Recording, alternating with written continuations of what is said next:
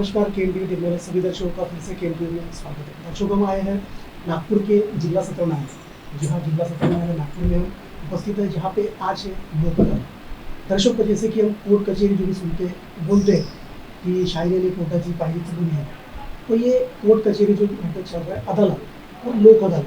तो हम यहाँ पे हमारे साथ उपस्थित है अभिजीत देशमुख सर, जो दीवानी न्यायाधीश वरिष्ठ स्तर के हैं, हमारे साथ उपस्थित है। उनसे हम चर्चा करेंगे कि अदालत तो है, फिर भी लोक अदालत की जरूरत क्यों पड़ी और लोक अदालत के माध्यम से आज यहाँ पर कौन से कार्य हो रहे हैं, कौन से केसेस और किस तरह से वो केसेस निपटारा किया जा रहा है। जैसे कि हम देखते हैं कि तारीख पे तारीख, तो शायद ये भी एक एंगल हो सकता है कि तारीख पे तारीख न बढ़ते हुए ये लोक अदालत के माध्यम से एक ही तारीख में जो अपने भी प्रकरण है वो सेटलमेंट होते हो।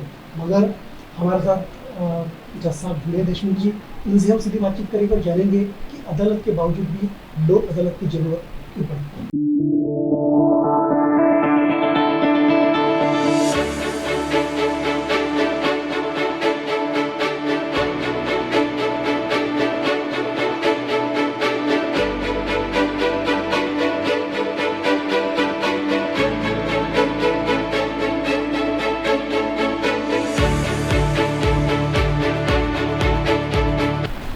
नमस्कार सर, केएमटीवी में आपका स्वागत है। हमारे दर्शक केएमटीवी के माध्यम से जानना चाहेंगे कि अदालत तो है, मगर फिर भी लोक अदालत की जरूरत क्यों पड़ी और लोक अदालत के माध्यम से किस तरीके के और किस स्पीड से केसेस को निपटारा किया जा रहा है। अदालत है फिर भी लोक अदालत की ज़रूरत क्यों पड़ी, ये बहुत अच्छा सवाल है। तो इसे लोक अदालत यह है अल्टरनेटिव डिस्प्यूट रिजोल्यूशन सिस्टम का एक पार्ट है। मतलब जो अदालत है उसको एक पर्याय, उसको एक ऑप्शन भी रहे, क्योंकि अदालत में जो हमें पता है कि अदालत में बहुत सारी लाखों केसेस पेंडिंग हैं और उसमें समय भी बहुत लगता है और पैसा भी बहुत खर्च होता है। तो उसमें अपना समय भी बचे और उसमें पैसा भी ज़्यादा खर्च ना हो और तुरंत न्याय मिले, इसके लिए ये जो लोक अदालत है एक बहुत ही उपयुक्त प्रणाली है।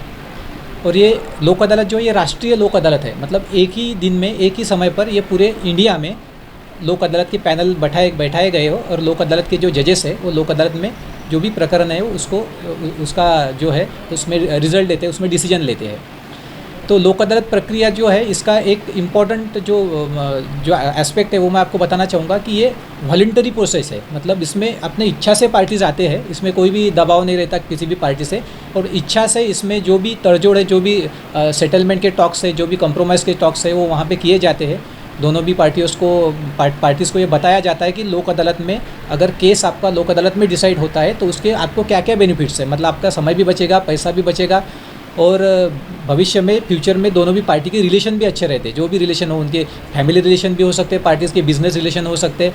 तो ये भी एक इसमें से एक अच्छा आउटपुट सभी को मिलता है। देखिए आज के लोक अदालत में अपने नागपुर डिस्ट्रिक्ट में लगभग 5000 केसेस सेटल हो गए। मतलब आप सोच सकते हैं कि 5000 केसेस सेटल हो गए, मतलब 5000 केसेस में 10,000 पक्षकार हो गए दोनों बाजू के। उनसे रिलेटेड कितने लोग हो गए, तो वो इतने लोगों को एक ही दिन में आज न्याय मिल सका, उनको दिलासा मिल सका।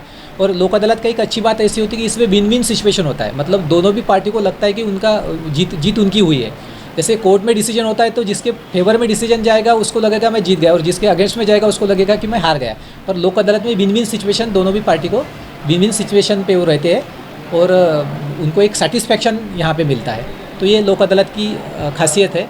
और नागपुर डिस्ट्रिक्ट में ये लोक अदालत में बहुत अच्छे से सक्सेस मिलेगा ऐसा दिख रहा है और लोगों का रिस्पांस भी बहुत अच्छे से, क्योंकि मुझे लगता है कि लोग जागरूक हो रहे हैं कि अदालत के भी जो पर्यायी ऑप्शन जो है लोक अदालत, इसको प्रीफर करना ये बेनिफिशियल है। बहुत फ़ायदे, लोग इसके लिए जागरूक हो रहे हैं। मुफ्त एडवोकेट भी मिलता है। ऐसे लोगों को उसमें कुछ क्राइटेरिया दिया है, जैसे कि जिसका जो इनकम है वो ईयरली इनकम 3 लाख तक का, 3 लाख से ज़्यादा नहीं है, ऐसे लोगों को भी हम मुफ्त मतलब फ्री ऑफ कॉस्ट यहाँ से एडवोकेट मिलता है, लीगल एड मिलती है।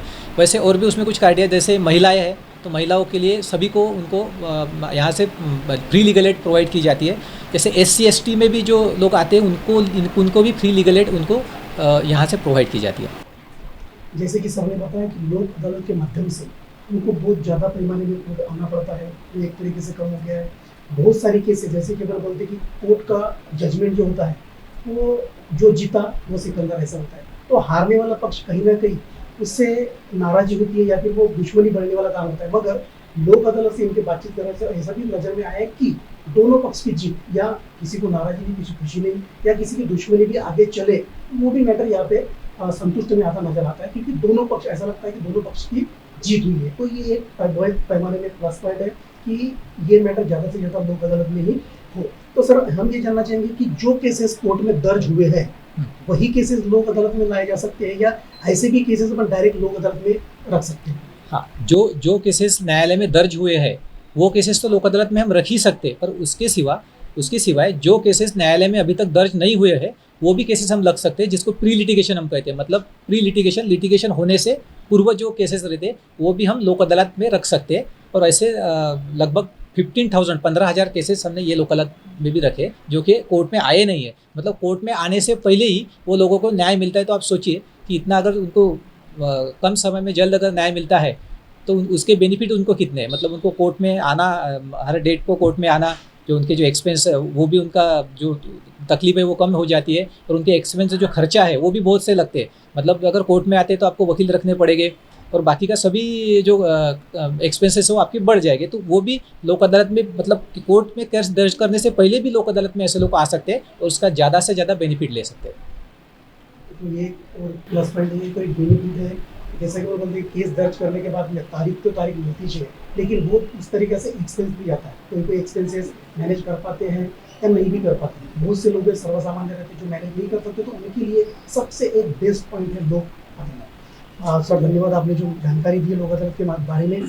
आशा करते हैं कि हमारे देखने वाले दर्शक है उनको लोक अदालत के बारे में पूरी जानकारी मिली हो या समझ में आया हो। सो सर, आज हमारे चैनल KMTV के माध्यम से आप लोगों को एक संदेश क्या देना चाहोगे? मैं संदेश यही देना चाहूँगा कि ये जो लोक अदालत है ये हर 2 से 3 महीने में एक बार लोक अदालत होती रहती है।